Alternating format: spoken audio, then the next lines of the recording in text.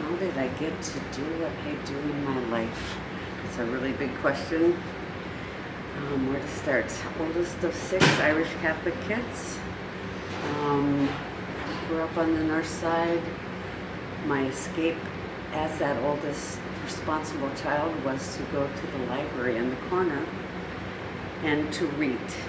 And I would read kids' books, and then I was bored with that, and then I read books on art. And then one of the wonderful librarians introduced me to poetry. And I was reading poetry meant for adults, but it was beautiful. And I think maybe in my head I tied the notion of the music of poetry to that very Irish Catholic high mass and the Latin songs, and just fell in love. And from that point on, I think I wrote starting at about age 7 or 8. And I have been a poetry and fiction writer my entire adult life. It's been my sanity when life has been crazy, when there's been loss, when there's been just lots of events. It's my center point. So I think what I learned from poetry as far as managing things in my own life and finding beauty, I'm very anxious and happy to share it with others, whether they're kids or harried moms or dads or seniors, anyone who will listen. So for the last 24 years as a business owner, I have worked with different groups, either through the Loft, Loose Leaf Poetry, the Greater Twin Cities Poetry Roadshow, and now our new iteration is the Maeve session. And we do poetry at my new business every other month. And our new host is a lovely young woman named Rev. Elizabeth Jenkins Braun. She has brought in some wonderful young poets who have taught me a few new tricks.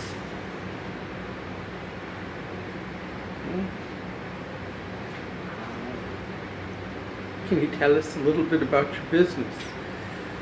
My business is a coffee shop, very local, Northeast. It's my second location. My first one was on 28th and Johnson. This one is on 13th and 3rd.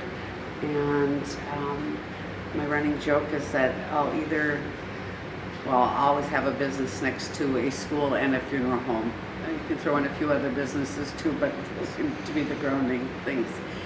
For me, it's about, I worked for a long time in education and social services, and eventually I just needed to step away from, my job was to protect funding and to keep centers open. And for 5 years, it was more about fighting off marauders who wanted to build swimming pools instead of do mental health. And eventually I got tired. And as I said, writing was my sanity point. And I thought I just needed to find something new to do. Found 2 young women who were fighting and not good partners in a very tiny coffee shop. I convinced them to let me work there for free. And they thought I was nuts and that I would either demand some kind of salary. No, and I was just like, no, I just want to know if this is a good fit.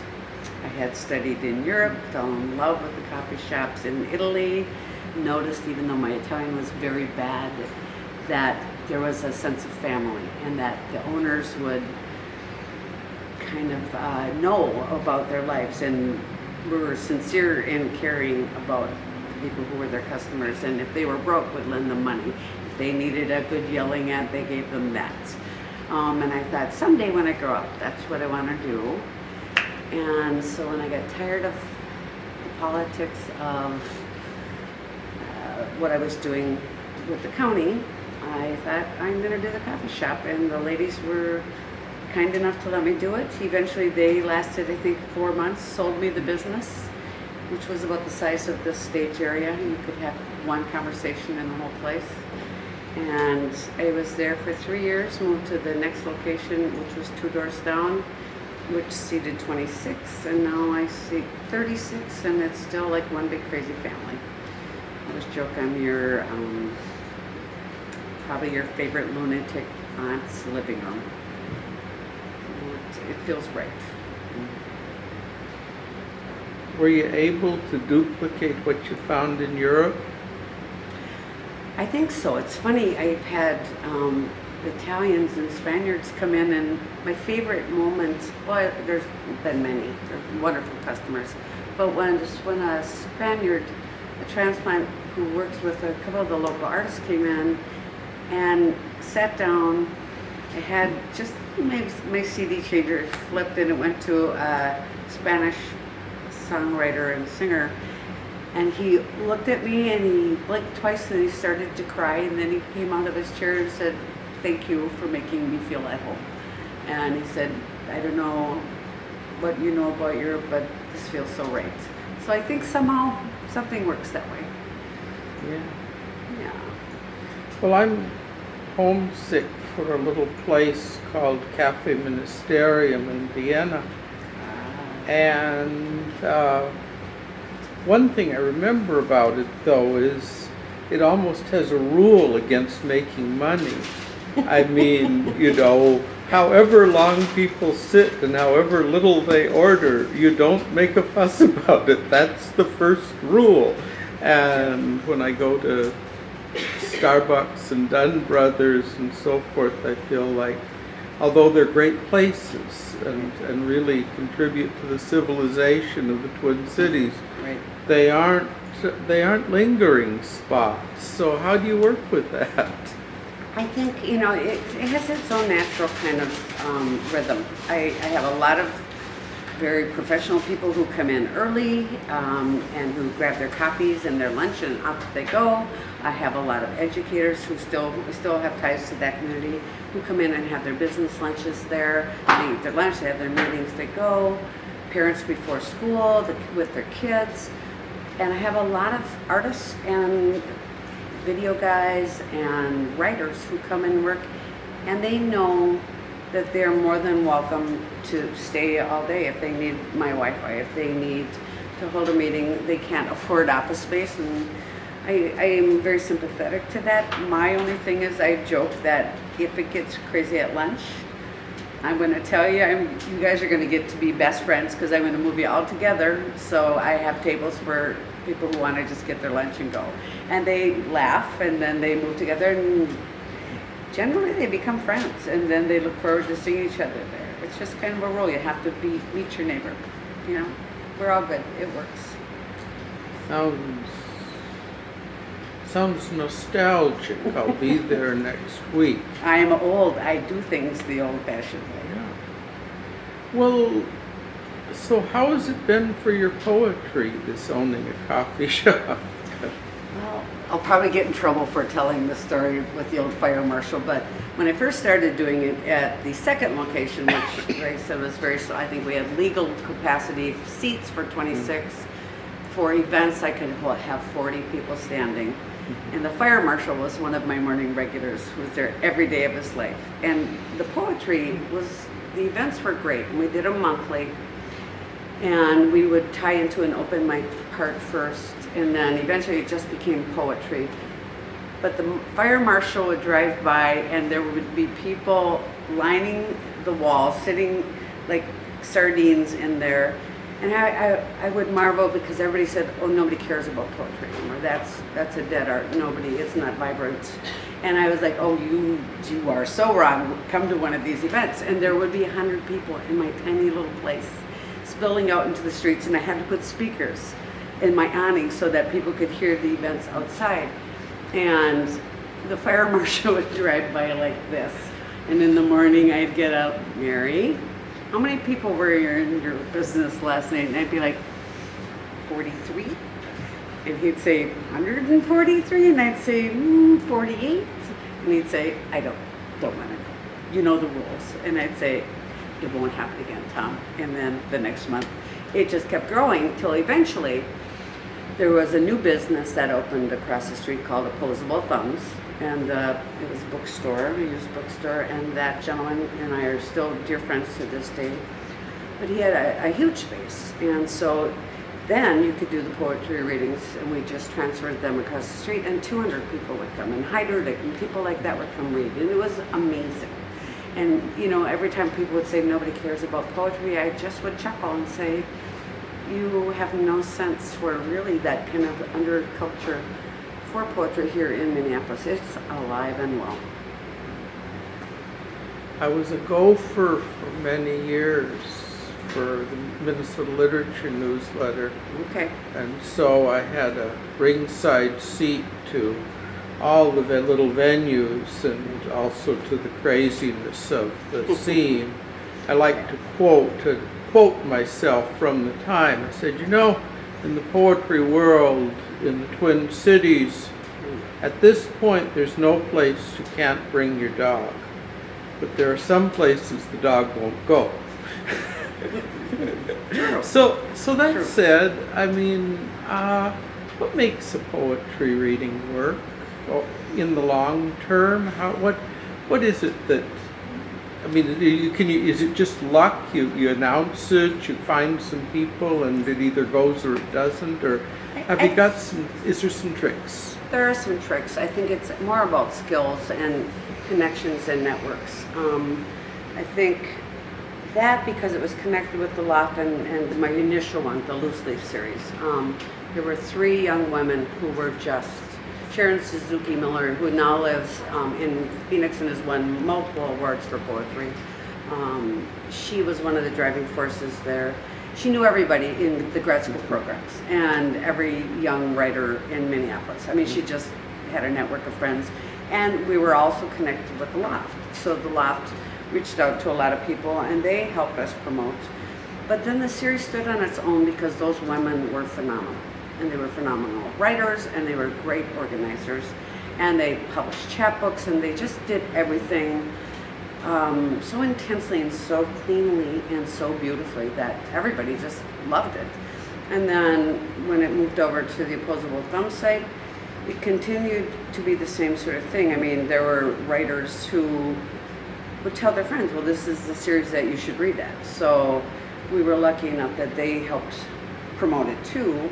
And then when we, you know, I was out of business when I lost my lease. It was 2.5 years, or actually 3.5 years down. And when I opened up in the new location, you know, just dealing with the city was a very exhausting ordeal. The city, you know, has so many rules and hoops to jump through, and I was tired, and I thought, oh, do I have it in me as a solo owner after doing this build out to do anything with the arts again? And I was debating it, and one of my friends who is the poetry kind of guy for Minskew said, well, I think we should do poetry at your new place again. Mary, you've always done poetry, and come on, you can do this. You'll find the energy. And I was like, oh, Matt, I don't know if I have it. We'll try one. And so Matt Malk, who, like I said, has 3 books of poetry published now and is, again, well-connected, made it work. I mean, he did the organization, he did the promotion, I provided the space, and the space was warm and welcoming and had a great sound system. And I think most of the poets don't have the luxury of a good sound system in the smaller venues, so it was a huge selling point that people can actually hear us, and it was lovely. And Matt, to his credit, published his own books for years and was a kind of a promoter through college, and again, just good at what he did. So, and Brett now, the woman who stepped into Matt's place, same thing. She's a professor.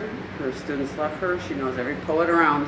So they kind of do their thing. You just provide a safe spot and make sure they're welcome. I also feed all the poets because I figured they're starving, and you read, you get food.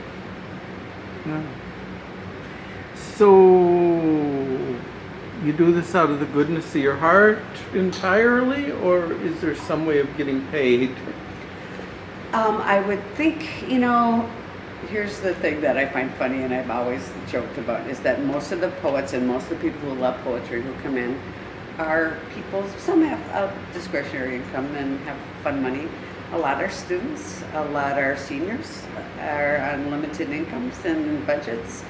And no, I don't make money doing it, and that's fine. I do it once every other month.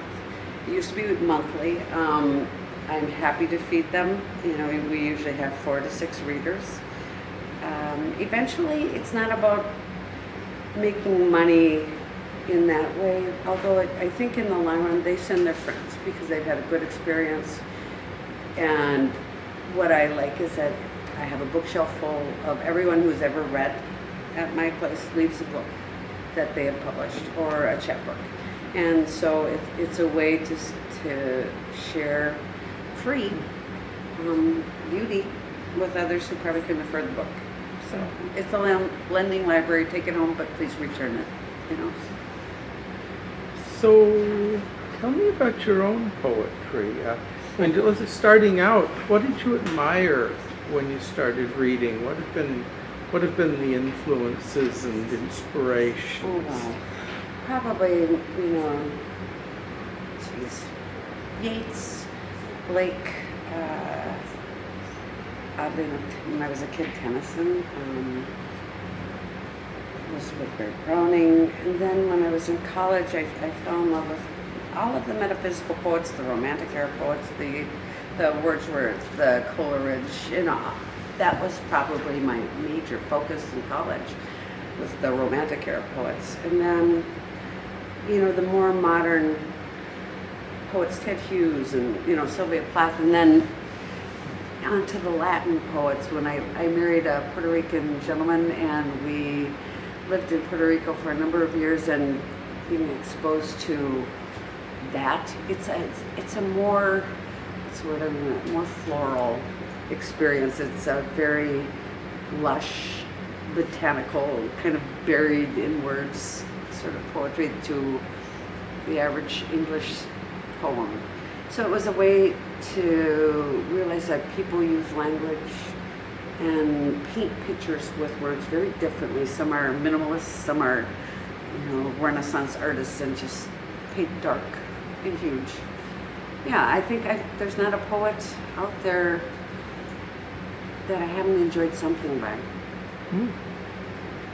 That's, given the range of what people do, that's an impressive testimony.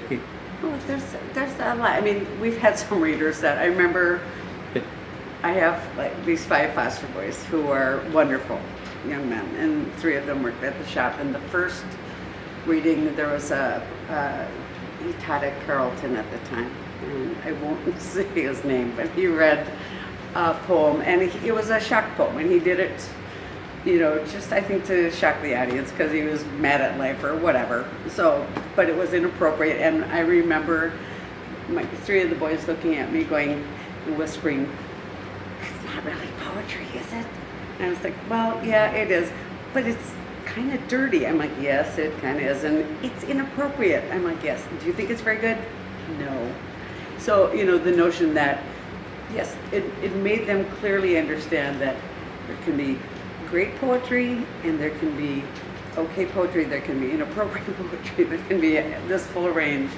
And now I love the boys. That's kind of a connector to, you know, from them to myself, that joke about, remember that guy that day at work, remember that mom? And I'm like, yes.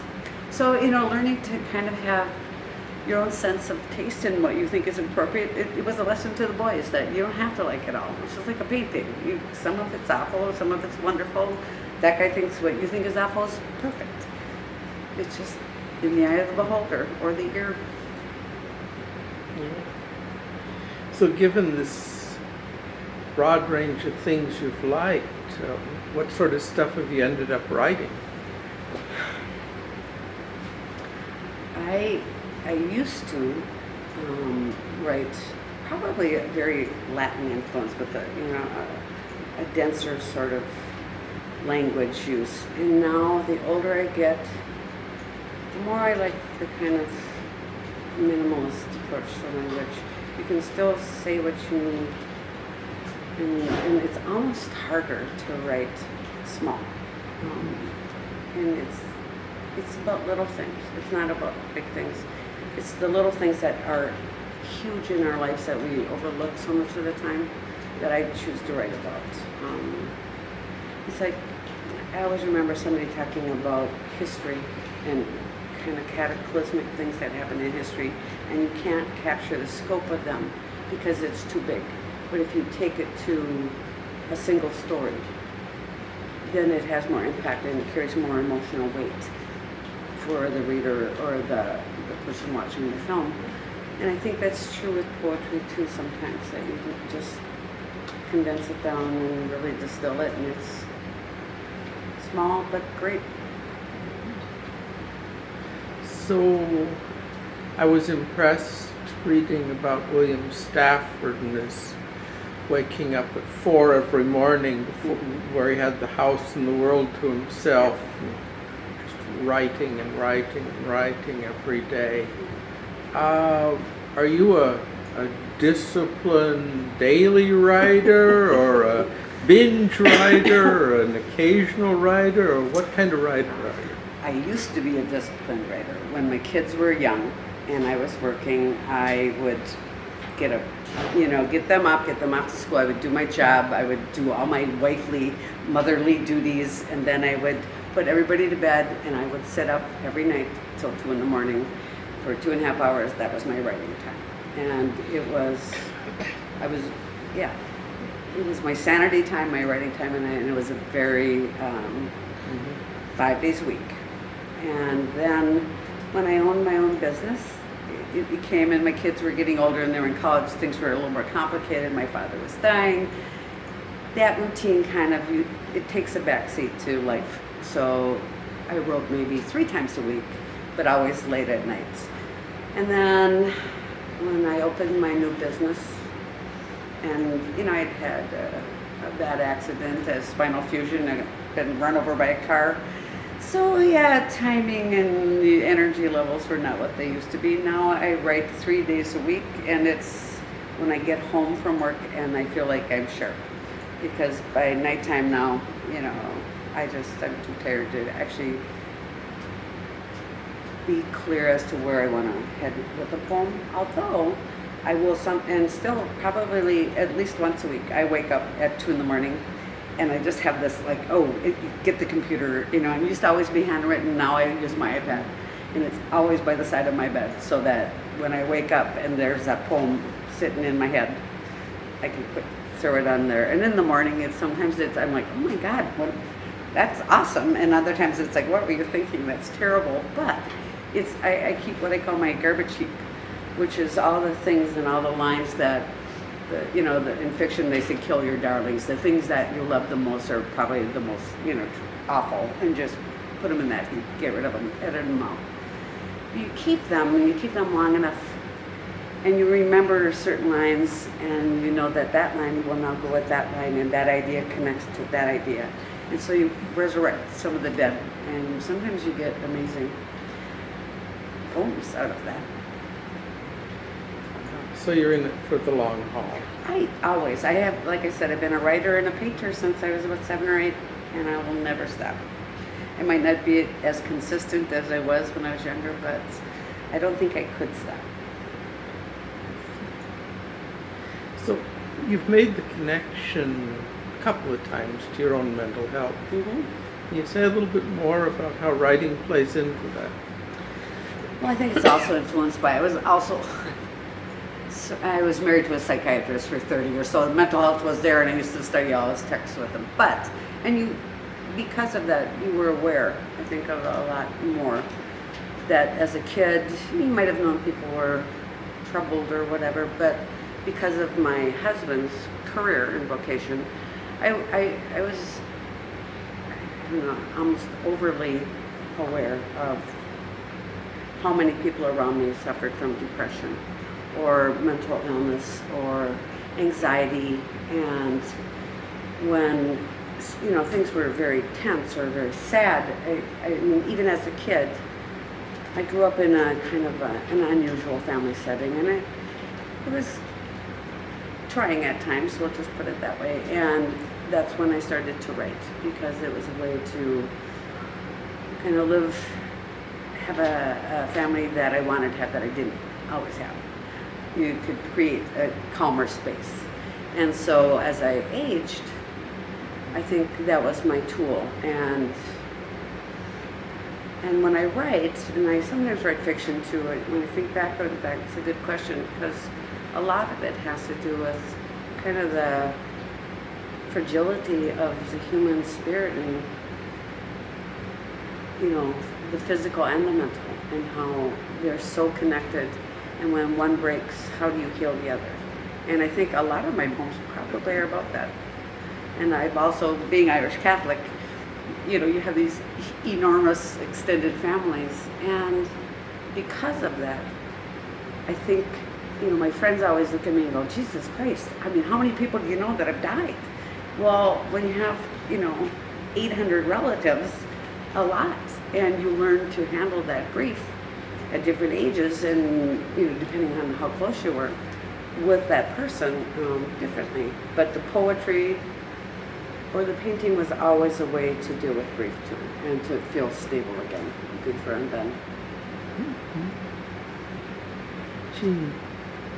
So, what does it mean to be Irish Catholic? Well, I'm not very good at that anymore. I'm still very good at being Irish though, but the Catholic part, I might come back to that now. My mother, who was 84, and I went to St. John's University for college, and I had a lot of liberation theologian professors and visiting Jesuits who made me question a lot of the old Irish Catholic North Side dogma. And I walked away from a lot of it for years. And I think what I kept was that it's about being kind. It's as simple as do unto others. That's all you need. Beyond that, the fact that I'm Irish is layered on top of that. Growing up, I mean, the only day we were allowed to skip school and just run away, and the whole family did it. And to this day, all of my Irish relatives and I, we play hooky. I don't go to work. Nobody much goes to school. We have a big family brunch, and then we go over to the halftime rec. And when we were kids, we marched in the parade, and we ate meat if it was on a Friday, because it was St. Patrick's Day. And the Pope gave us special dispensation, and we used it. So yeah, that has been, I mean, when I look over my life, it's infused in every ounce of my being. There's just, and my kids are Puerto Rican and Irish, and you know, what are you gonna do?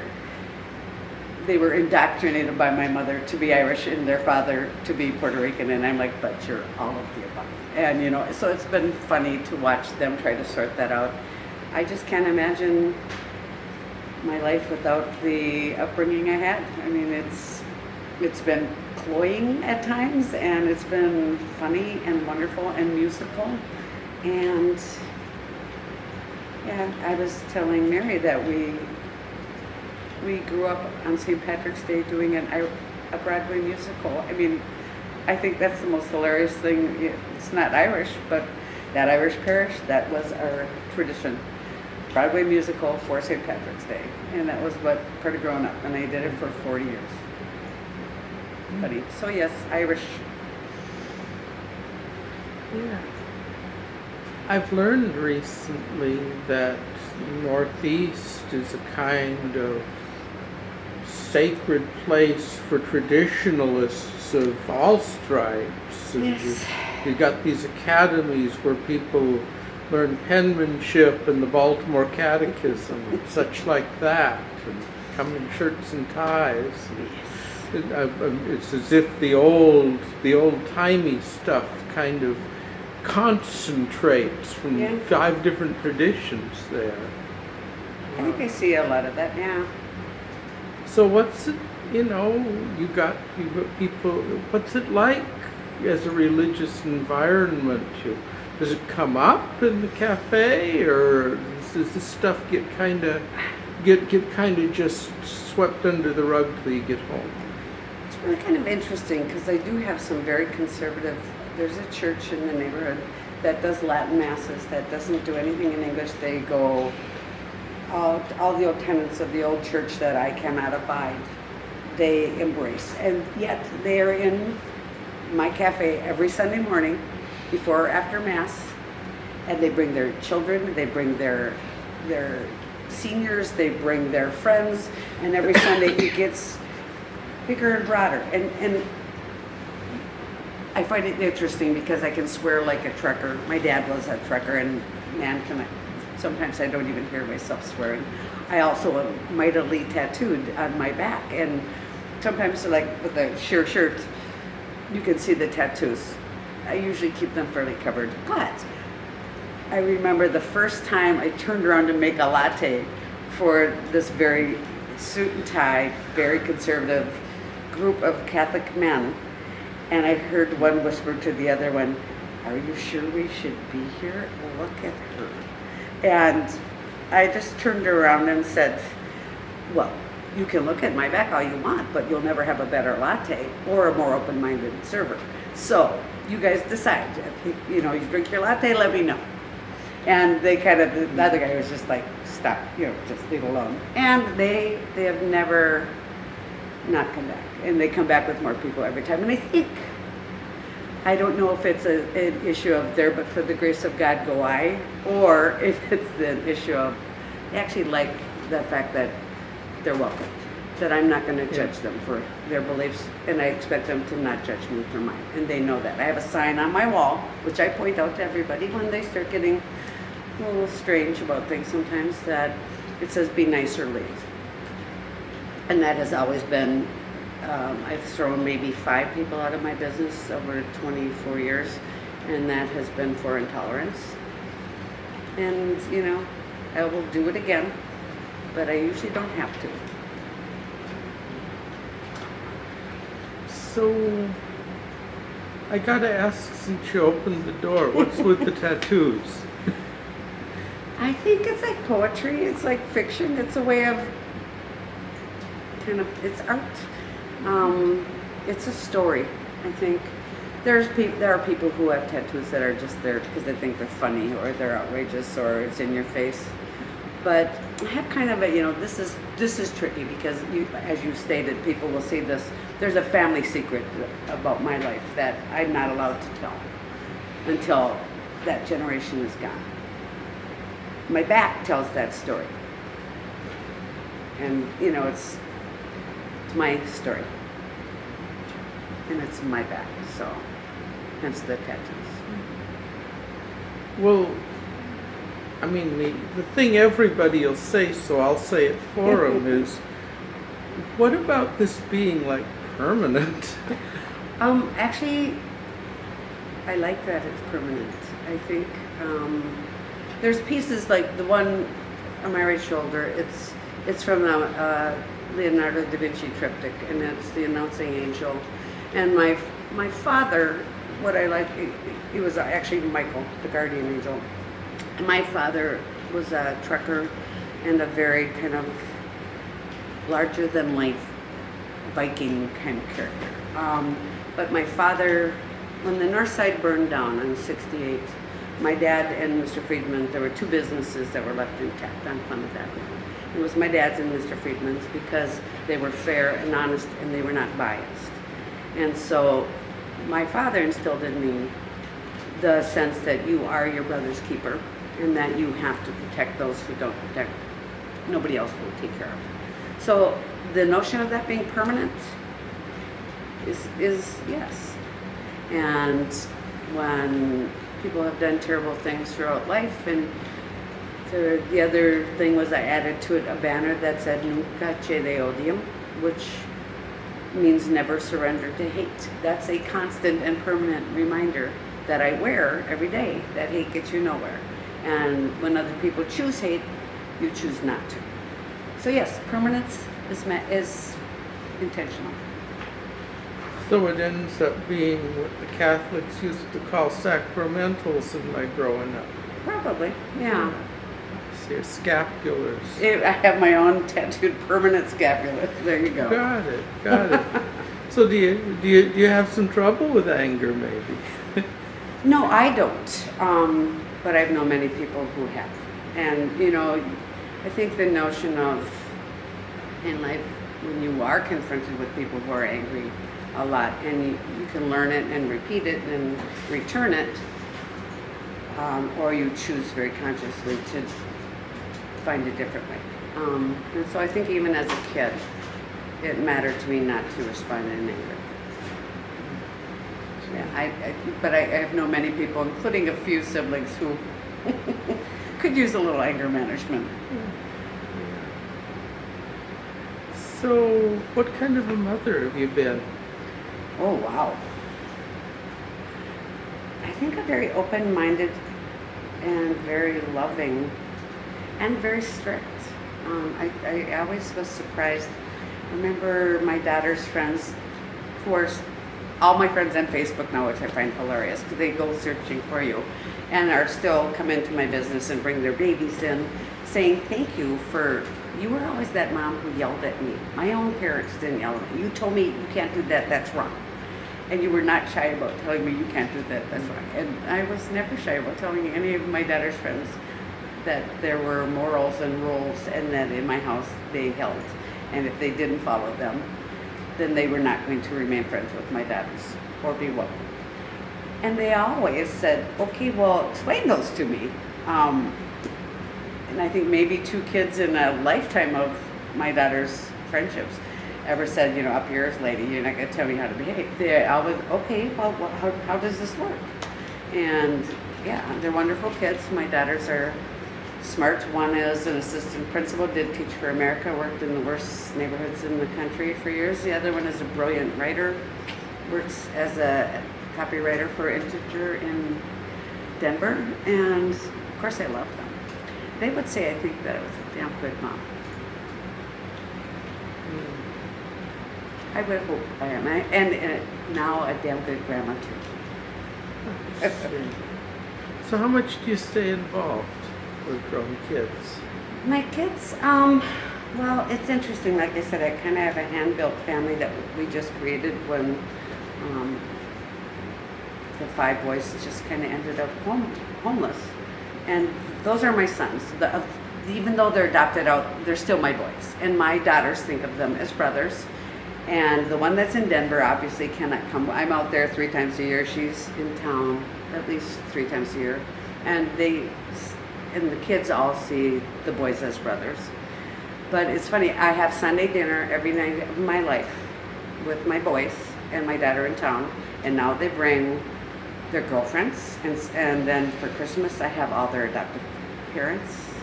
Yeah, family matters. And when we go to my mom's cabin and to the lake, the boys come with, we go fishing. And my siblings think of them as my kids. I don't know. I mean, sometimes family is complicated and lovely. So did either the poetry or the Catholicism pass down? Both of my daughters are darn good writers. The boys, the Catholicism, not so much. But what my daughters are great humans. And they adhere to the Augustine principle of do unto others and be kind. And that's what I raised them. When they were little, I told them, you can be whatever you choose to be, as long as you are kind. Other than that, I don't care if you're Jewish or Muslim or an atheist. You just have to be kind. Beyond that, it's all right.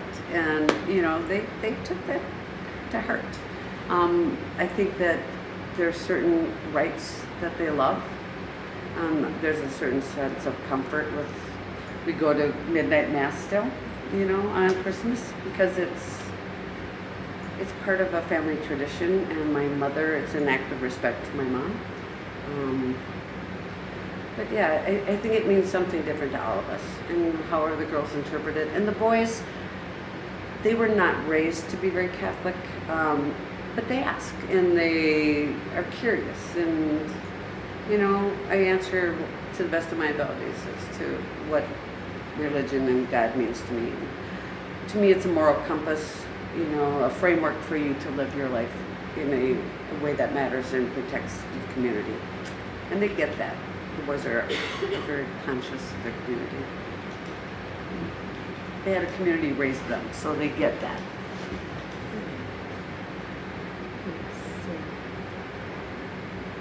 So part of this interview is set up with idea of making sense of Northeast. And you started out on North, and I came from the country, so the whole idea of neighborhoods is not natural at all to me. And I lived in the North for 30 some years, but it does. I still don't know where the borders are, and Willard Hay, and you know. I don't think they matter. I mean, it's a city. To me, it's the bigger picture. And neighborhood matters in the sense that as a business owner, the thing that's most important to me for my neighborhood is that everyone feels welcome. I don't care if it's the student, the senior citizen, the guys from the mosque up on Central, the guys from the All Saints Catholic Church. It should be an opening, a door that opens to their lives and says, come on in. And Northeast it's my home. I can't imagine being anywhere else now. I love all parts of the city. It's that bigger picture, and there's so much out there, but the vibrancy of the arts community, the music, the sculpture, the painting, the poetry. There's so much going on in this little hub and this place, which I had never been into. It's amazing to me that I have lived here 35 years, and I know a lot about the arts community. I didn't know that this was what it was. The American Craft Council. Yeah, Library. It's amazing. It's amazing. Yeah. I will send many people over and I'll be back, and it just adds to that rich culture that, we underestimate and underutilize, I think. So, has Northeast pulled off this welcoming trick? I think it's much better at it these last few years. The first few years when I moved here as a newlywed, my husband was Puerto Rican, and there were times that it was a little scary. I mean, we had our tires slashed, we had our windows broken, we had people call my children darkies. They look like me. I'm like, really? They burned crosses on the lawn of my neighbors who were black. And yes, that was not welcoming. And the choice was, do you stay and change it? Because there were, far more people who were welcoming than there were who were not. So then you stay, and then you change it. And over time, it becomes this wonderful, warm, opening, kind of welcoming place. It has its moments still. There are some vestiges of some of the old garbage that I see rear its ugly head every once in a while. And what I like about the forum of having a coffee shop is that I remember during the Vote No campaign, I had a yarn bomb on my front column that said vote no, and it was the color, and it was on the cover of national magazines that these group of women knitters had done this yarn bomb. And it was very political, and I had one woman on a Saturday morning stop her car in the middle of the street with it running and come running up and open my door to my business and tell me that I was going to burn in hell, and that gays were all going to burn in hell. And I laughed and she was like, "Are you laughing at me?" And I said, "No, ma'am, I'm not. But you should look at everything around you now." And of course, every single person in the place had a Vote No sweatshirt on, and they were all gay couples. And they all turned around and they engaged her in this great dialogue as her car's running, blocking traffic. I bought her a latte. She sat there and she goes, maybe I'm wrong.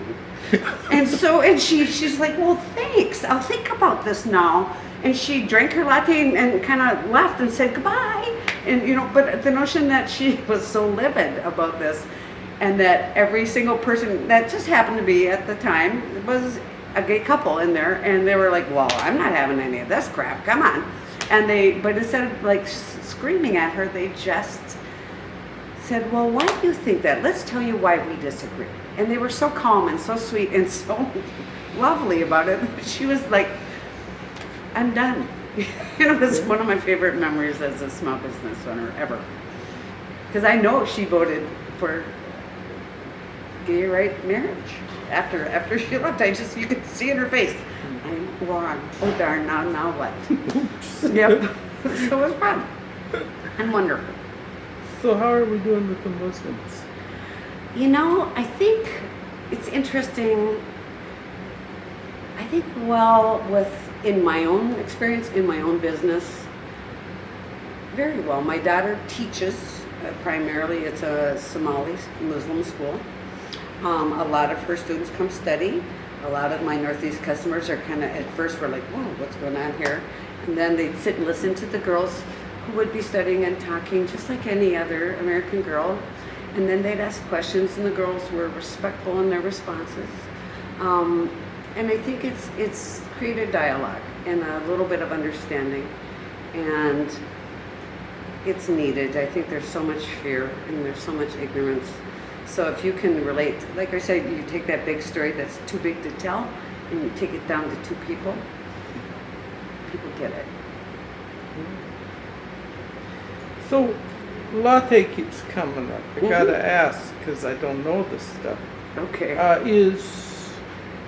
Does it make any sense to talk about the best latte in Minneapolis? Well, every coffee shop owner in town would say theirs is the best. But I will say this, with no humility whatsoever, that I do make the best cold press in Minnesota, and I'm proud of that. I think I was the actual first person to do cold press in this state. It matters because my experience in Italy was amazing, and I fell in love with coffee there. I fell in love with the interaction of a small room there. I fell in love with just the smells and the sounds, and I can tell you to this day, and I've been doing this for 25 years, is that when I'm with my back to the room, because I'm busy making lattes, and you've got the steam wand going, and you've got the grinder going, and you've got all the noise from the kitchen, and in the back of my head, every day, I hear conversation and laughter, and I hear people say, "Oh my God, this latte is so good." It's everything. It's just like, okay, and where I'm supposed to be.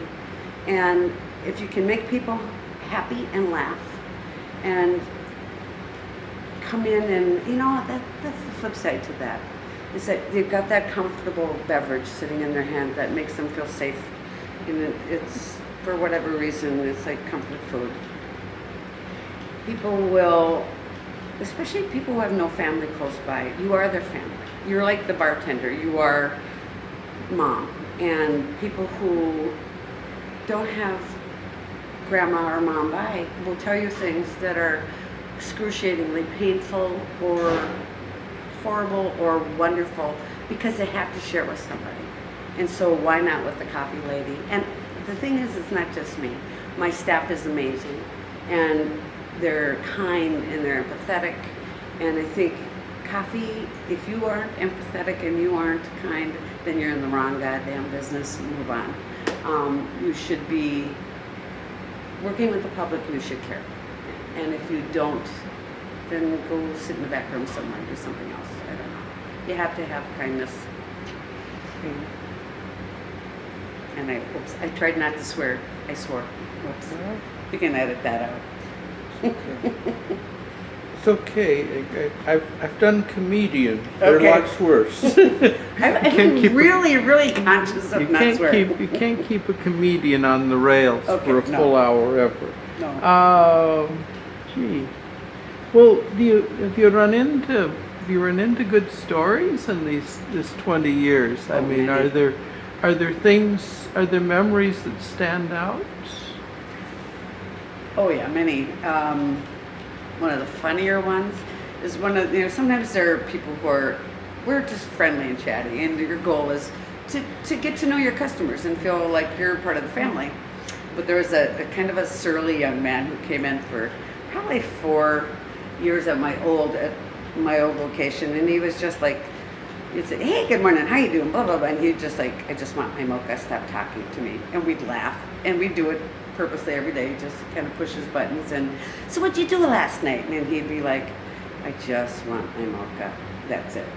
So this went on for I think 4 years, and we would just nudge him, and finally one day I just say, hey, how was your night? Oh, you're looking really, perky this morning. And he just kind of looked at me, blinked, and said, my girlfriend's pregnant. What should I do? And, and I was like, 4 years to shut up, lady, and that's your first sentence? And I was like, oh, wow. Do you love her? He goes, I think I do. I said, have you told her that? He goes, not yet. I said, perhaps you should talk about that. Do you want to be a dad? I don't know. I said, maybe you need to talk about that too. He says, good advice. I bought him his mocha. He went to work. He still comes in. His kids are now in junior high. His wife is lovely. But, oh yeah. I mean, so that was one of my favorite ones because there's this just stubborn, unfriendly young man who now, yeah, he raised the boy in the coffee shop. Why not? So it makes me laugh. And there's been many. We've buried people who had no family, I think. And it wasn't just me choosing to do that, but my customers are like, Leonard died. He has no family. He has no friends. What are we going to do? You can't let him be a pauper's grave. So you get the customers together, and I was like, what should we do? And then you have the wake, you have the service, you have a ceremony at the gravesite, because every human should have somebody say goodbye. So, yeah, I mean, I'm lucky enough that my business is populated by wonderful people who care. So how lucky. And that's, again, a nod to our community. It's not me doing all these great things. It's the neighborhood and people. It's like when the boys' parents died. They fed those kids. We did a food schedule. We did how do we pay for the rent? How do we make sure the kids are safe? What do they need for school? It wasn't me. It was 300 customers saying, what do you need, Mary? And they came through at all counts. So, yeah, there's just lots of good stories. People don't tell them, but there's so many. Well, I just read today another shooting, this one at a place I know pretty well, Northern Arizona University. Good place in ways. And there are all these quiet, isolated people who end up exploding. I just wonder, did they not have a good coffee shop? Well, I mean, it's so complex, and it goes back to the notion of the mental health and having a community that is supportive, and it goes back to having an outlet, whether it's poetry or art or music or you name it, where you can kind of deal with all of those anger issues or mental illness issues. Yeah, and sometimes I think it is as simple as having not a coffee shop, but a safe place that you can actually go talk to. And I mean, that's another, one of the running jokes is that Mike down, who does intake down at the crisis center at HCMC, he knows me by name. I'm like, oh, Mike, here's a friend.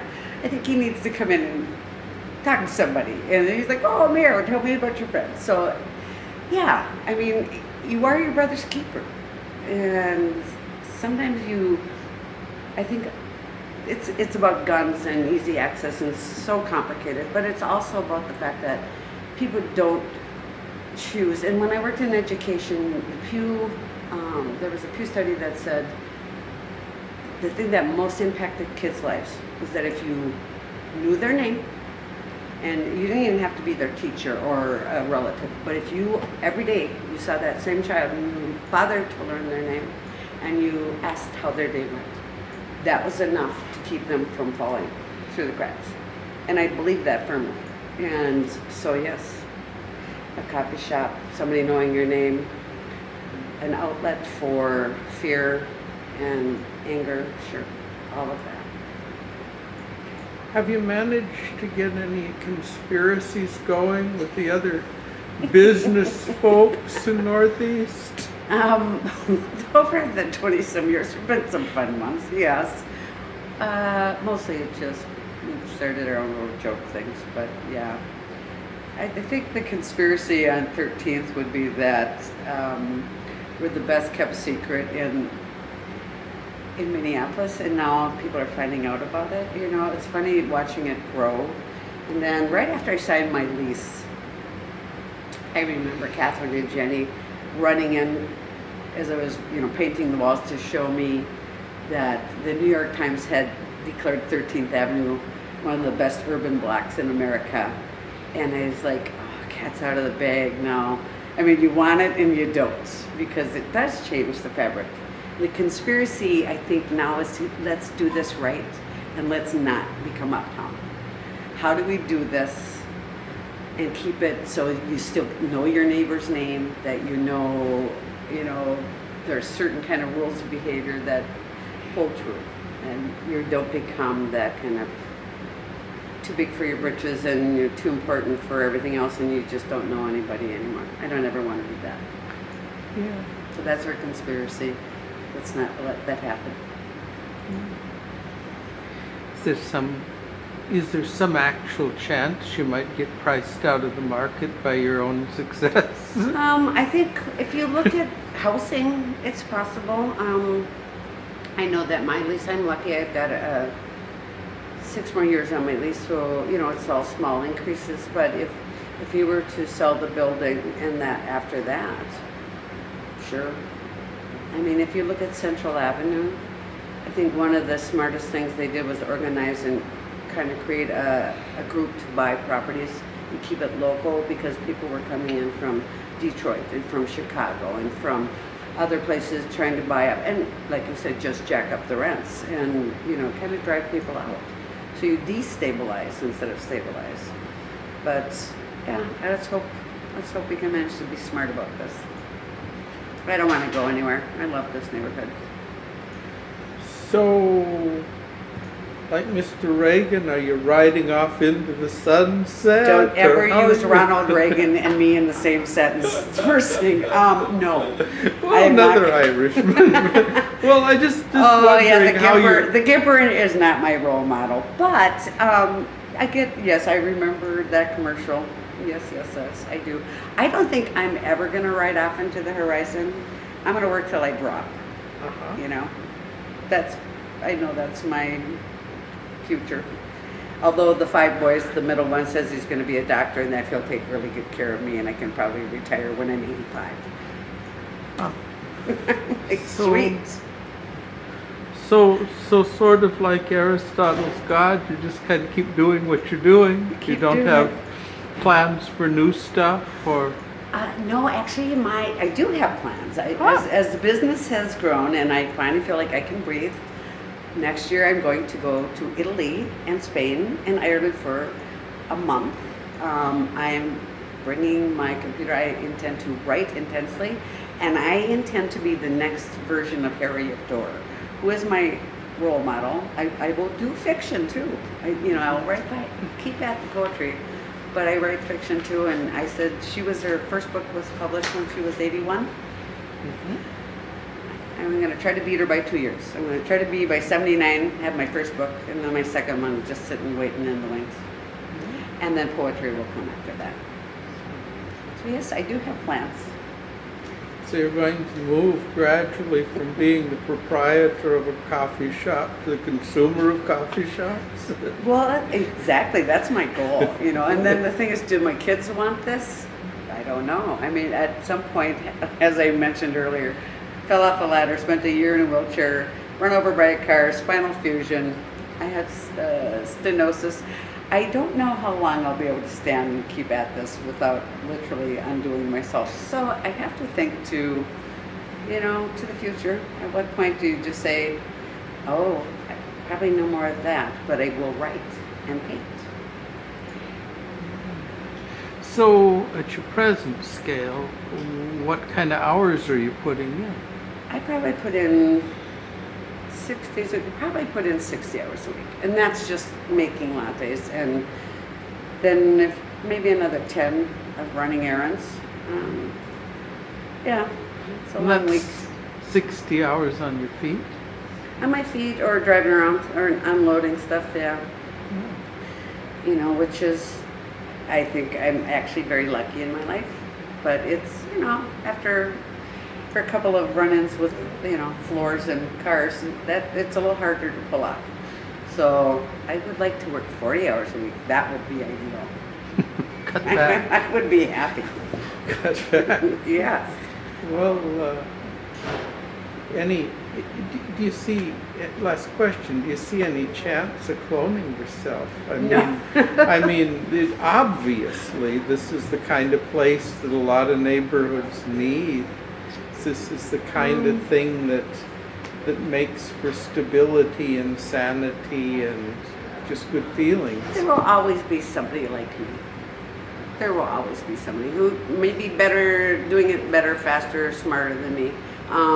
Hopefully kinder too. You know, I just think that there's always that person in your neighborhood that gets the notion of community and that the importance of place.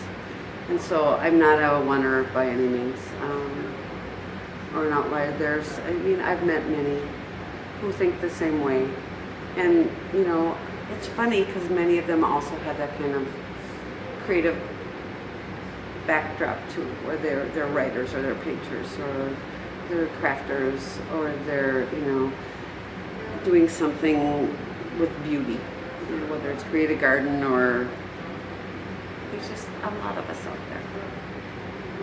Glad to hear it. Thank you. You're welcome.